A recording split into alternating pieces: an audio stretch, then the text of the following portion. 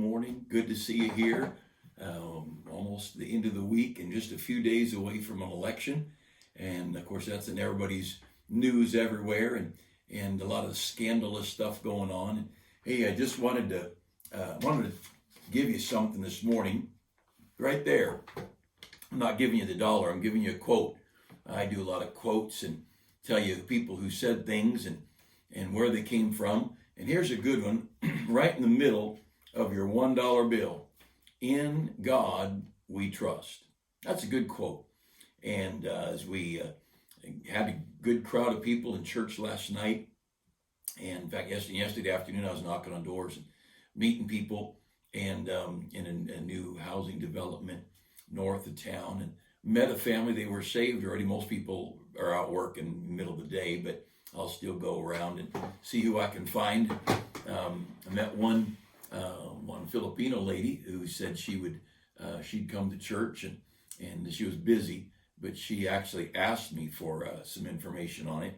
And then met a couple who were saved who moved out to our area and talked a little bit, very interested, asked questions about what our church believed. And they still don't have a church, and so they promised me they'd be at church. And again, these aren't new converts. We want to get them into church somewhere. But I was thinking about that dollar bill. In God we trust. You know, our hope and our faith can't be in how people act. People are a mess. Our faith and trust has to be in the Lord. And I was thinking, heard that somebody, now with the doctor, some of you might have done it, and go to the doctor and they put you on a video chat with the doctor, so he doesn't have to get in the same room with you. And I don't know where the doctor is on the golf course. He's got his tablet on his golf cart or whatever. But this older gentleman said, just talked to him about his leg hurting him so bad. And after a bunch of questions, the doctor said, well, everything that's wrong with your leg, it's a product of age. It's getting older. And he said, that's a dumb answer, doctor. My other leg doesn't hurt and it's just as old. And I thought there's a lot of wisdom in that. And then what else was I heard about this week? Oh, a lady, 90 some years old, a lady was telling her daughter, an elder lady was telling her daughter about a guy she'd had a date with, a 90-year-old man. And she said, I had to slap that guy twice. And the girl said, was he getting fresh with you at his age? And she said, no, I had to keep waking him up.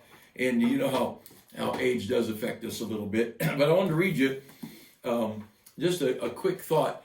We all would love the founders with liberty and justice for all, the dream. The writing of Abraham Lincoln, the Gettysburg Address, and dedicated to the proposition that all men are created equal. And that we have a proposition doesn't mean it's all fact yet. It's what we're proposing. It's what we desire. It's what we hope for. And equality and freedom is like a baby. It takes a while to be born and a lot of years, and there's a lot of inequality still. But the difference in people is this: one group of people are going to trust God and do right. Another group of people are going to be bitter and angry and ugly and vengeful. And of course, this is Pastor Jim Beller's book, America in Crimson Red. This kind of a special edition, a memorial edition, put together after his death. Got a lot of pictures of him in it. You may be able to get a copy, not the memorial edition with the extra pictures, but the stories. The book is a great history book on America's the suffering of early American Baptists and those the Quakers and similar people. But I'm just going to read you a quick story. 1771. Now we're just 5 years away from the Revolution and a few more years away from the Bill of Rights. Caleb Smith lay in his bed on the morning of November 8th, 1771. An officer of the Hampshire County broke into his home and served him with a warrant for his arrest. Smith was charged with, of all things, counterfeiting. The authorities ransacked the house, his shop, his barn, his fields, and all of his belongings looking for evidence. They, of course, found none. His small apple orchard, like his son's, was uprooted and burned, and all of his dry goods stolen. Even though no evidence was found, Mr. Smith was shackled and transported to jail. It was clear that the real crime, his real crime, was against Massachusetts, and that he was a principal member of the Baptist Church in Ashfield County of Hampshire.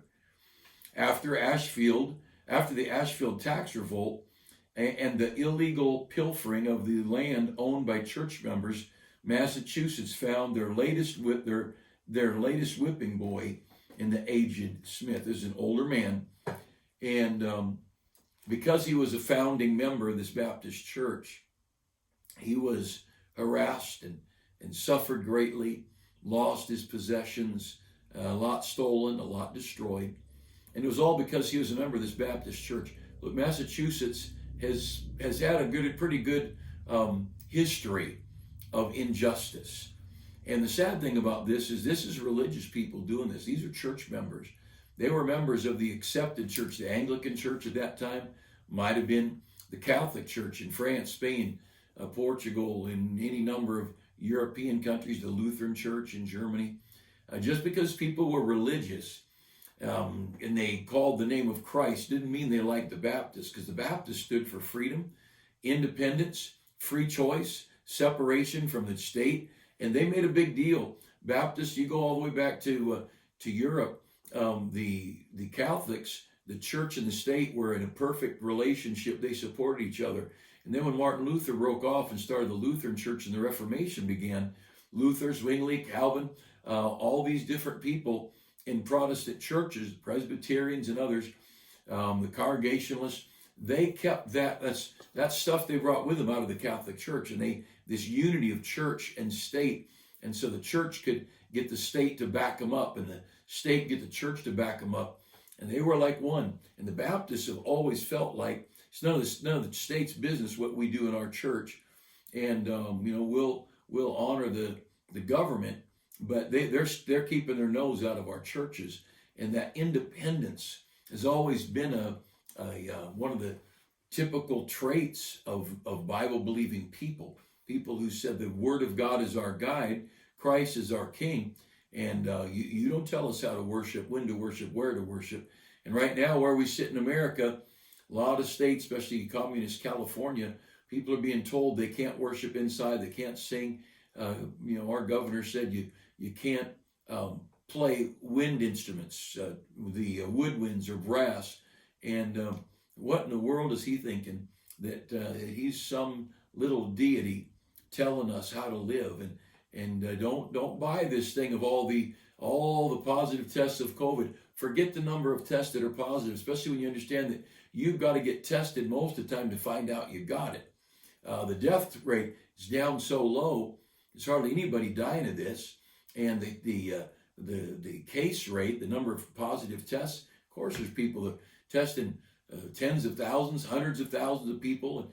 And someone said 1 million people a day in America being tested. Of course, you're going to find people that didn't even know they were sick, but they're not showing symptoms and they're not dying. And if you're under 65 and you're semi-healthy, you're just not going to die of this. It's just not going to happen. But the state is climbing in. This is not about health. It's about control. If it was about health, those football players wouldn't be playing ball on the field. The referees are wearing masks. The coaches are wearing masks. But here these guys sweating, slobbering, grabbing, touching, wrestling together on the ground over that little pigskin. That poor pig must be really sick of COVID. They don't wear masks. And so it's not really about health. It's about convenience. It's about essential businesses. It's about we want to control people, and they sure want to control churches. And that was what was going on here in Massachusetts.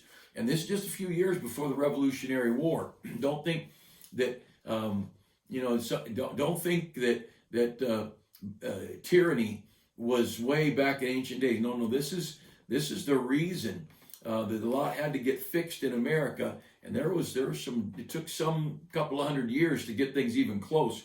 Let me read on about Mr. Smith. That one I read before was November 8th. Now we're to February, so we're a few months later.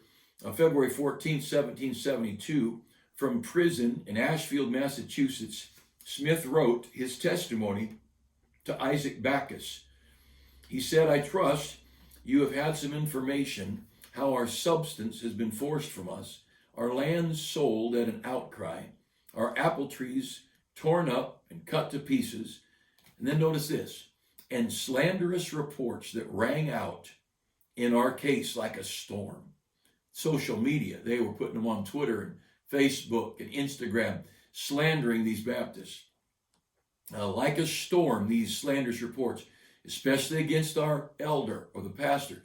They started using the term brother and elder for pastors in early America because it was against the law to take the title of pastor without a license from the state church. They said, well, we don't care what they call him. In the Bible, they called him brother. In the Bible, they called him elder. And that's where you read a lot of those churches in the East and the South. Elders are synonymous with pastor. But it's common that people were called brother or elder. And I kind of like brother because we're all the same and nobody's above anybody else. And so he says, these slanderous reports rang out in our case like a storm, especially against our elder, and they would pull him down. Smith then was sent to jail, losing much of his substance for the winter. Much of his property was sold. All this in vengeance for pioneering the town and raising up the hated Baptist church, not to mention bringing in the hated Baptist preacher. And so understand, liberty is a hard-pressed thing. It's difficult to get, and it's very difficult to regain. And we're in a culture right now. Our young people in our schools have been taught that tyranny and control is good and normal. They're crazy because they need to understand that the people who are clamoring for the socialist leader and the communist leader because that leader is going to help everybody be equal. They don't understand. They'll be thrown under the bus by their leaders, and they're nothing but a tool to bring the anarchy in these cities where riots and things are going on. But let's go back to the dollar bill. In God we trust. Would you just relax? Let me just encourage you. Relax and rest about the election. Whoever wins, God's in control. Whoever wins, you say, oh, what if they're crooked? They are crooked. No, not what if. They are crooked. And the only way a man's going to get in that White House or a lady or whatever is because God lets them in there. We've talked before about Daniel chapter 4. You read through it, I think 3 or 4 times in Daniel 4, it says, the Most High ruleth in the kingdom of men and giveth it to whomsoever he will. God's in charge. And I love the idea of having a pro-life Congress, Senate, Supreme Court, White House, the executive, the legislative. I love the idea of a pro-life bunch of leaders. I love a bunch of pro-Israel leaders. I love people who are for the church and for the Bible. And I love that. But you know what? If God gives us somebody else, we deserve it. Man, we do deserve it. Understand this. We have shamed God. And we have hurt God beyond words. And America, we don't deserve a bit of anything. But that's what mercy's about. Mercy is undeserved. So I go back to our Bible verse. It's not a Bible verse on your dollar. Wrong side. In God we trust. This side's got a whole bunch of other things we won't talk about, but in God we trust. In God we trust.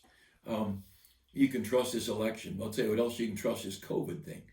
And I was just talking to somebody a little earlier today, and he might ask him to share his testimony in church about his health and difficulties in contracting COVID, and he has a long list of things that were wrong and how vulnerable he was. He was one of those oh no people, and he got a little bit of a cough and a sniffle, and he was tired some, but he's fine, running around now, just doing fine.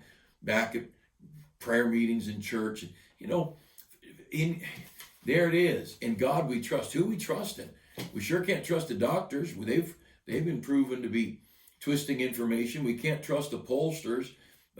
They've proven to be unreliable. We can't trust politicians. They're corrupt. You can't trust much of anything. You can trust this book right here. Well, this thing's worthy of our trust. And there's no way that this book is anything but worthy of our absolute trust and love and just an adoration. He says God's lifted up this book above his own name. That's a pretty impressive thing.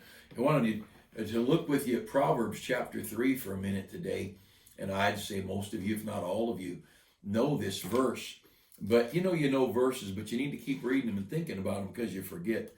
But in Proverbs chapter 3, in verse 5, it says, trust in the Lord. That's where this in God we trust comes from. Trust in the Lord with all thine heart, Proverbs 3:5, and lean not to thine own understanding. In all thy ways acknowledge him, and he shall direct thy path. Could I encourage you?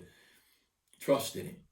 Don't lean to your own understanding. Don't try to figure it out. I was yesterday when I was out meeting people in the street, this newer area, I got talking to this lady who just lost her daughter to cancer, and she was diagnosed when she had a 4-year-old boy. And they were believers, and she began to pray. And they just prayed that the treatments would keep her well to raise her son. And she just passed away a couple months ago, the daughter.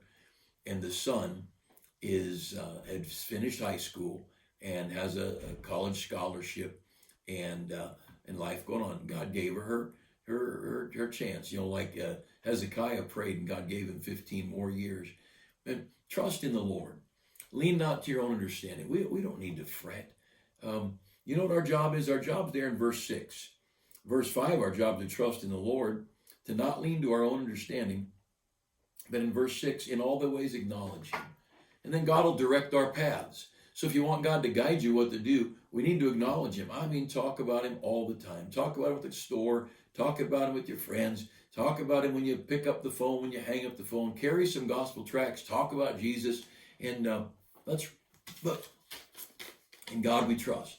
If America had enough sense to put it on a dollar bill, you think a Bible-reading, church-going Christian might have enough sense to trust in the Lord and just to rest in him, just to step back and say, you know what? I'm going to trust you. Now, there's some quick things here in Proverbs 3 that are the byproducts. At the end of verse 6, he shall direct thy path.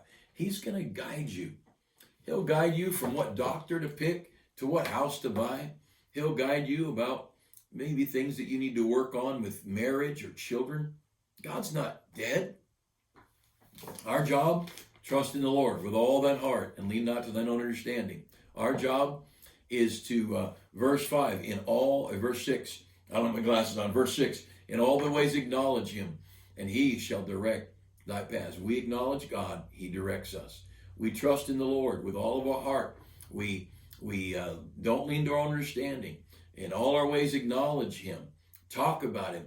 Make sure his name gets brought up. And let's don't be ashamed of Jesus.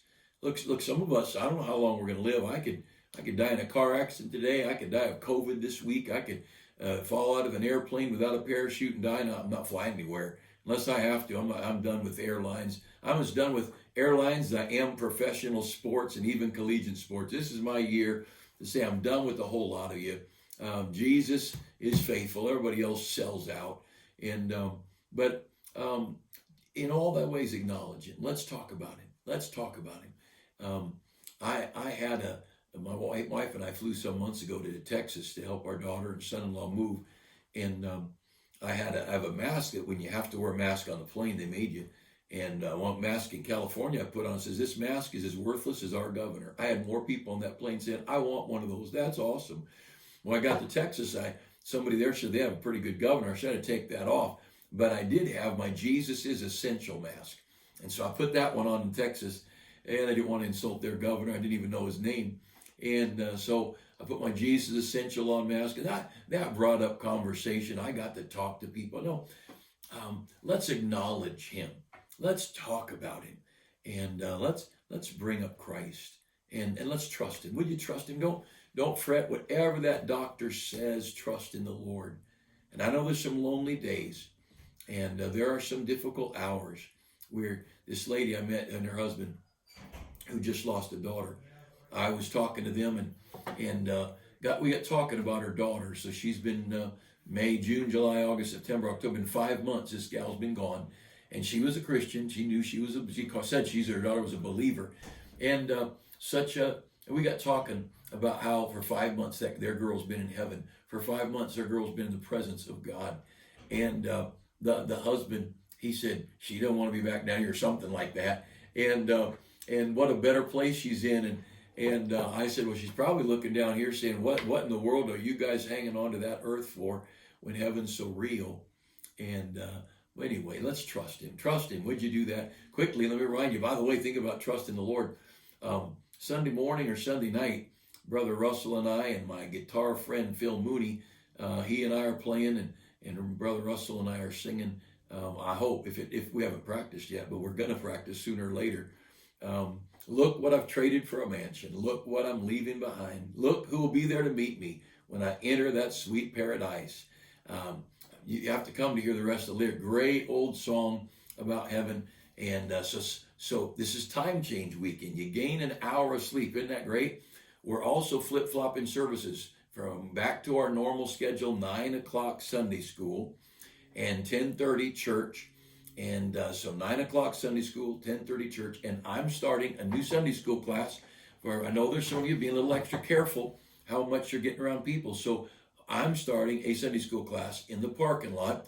And the section of the parking lot, the west parking lot closest to the building, I'll be there. You'll see a little pop-up, and I'll be there. We're going to have a table with some things out there. And come just drive in. You'll be able to park. There'll be someone to show you where to park. You don't have to get out of your car, but if you want to bring a chair, and I'm not bringing chairs down for you, can forget it. Bring your own chair. But if you want to bring a chair, you want to sit in your car, the FM will be on. I'll do the Sunday school lesson through the FM, and just park there. And we're going to have a Sunday school for those that are that would rather be outside, and it'll be a good day. But at in church Sunday morning, Sunday night, Brother Kevin Walker, Cowboy, he and Loretta Walker, they have the Cowboy Carnival, and they've been with us a lot of times. What dear friends, and we sure love the Walkers. We watch their kids all grow up, good, godly kids, and I keep a picture of the kids and their families on my desk where I read my Bible at home and pray, and I love that family. But Brother Walker's going to be with us, and he'll be preaching Sunday morning, Sunday night, and then Monday night, he and Mrs. Walker are doing a family time. They're just going to be teaching on the home. And I said, teach on anything you want about marriage, children, whatever you'd like. And then Tuesday night, Mrs. Walker's got an activity with my wife. It's going to be a time of Bible time, a ladies' Bible study on Tuesday night. But I hope you'll come this weekend. Now, if you're not already in an adult Sunday school class, come to my class, all right? Because I don't want to be out in the parking lot by myself. And let's bring our offerings to God. Bring our lips and heart to sing praise to God. Bring our Bibles, bring a Bible, and let's look at the Word of God together. We'll have a great weekend. I hope you're able to be there, and then be praying for Saturday as we go out soul winning. 9:45 we meet, and people are getting saved every week. Last weekend, out in the neighborhoods, people got saved, and we had 3 adult visitors and 5 children that came with those adults. So there's 8 first-time people that were met Saturday. I guess one of the men was met a week or 2 before, but the other 7 of them met on Saturday that came on Sunday. And we had people saved Sunday morning and baptized, and God's good. Let's go back to our dollar bill. What's it say? In God we trust. You can trust Him, and you can rest in Him. Have a good day. Pray for our weekend. Take a moment to pray for your country, for your state. Pray for our churches, and pray for the weekend that God would be honored. It's all about Him. If He's not pleased, doesn't matter what we do. We got to please Him. Thanks for taking a few minutes, joining us today, and hope you have a great Thursday.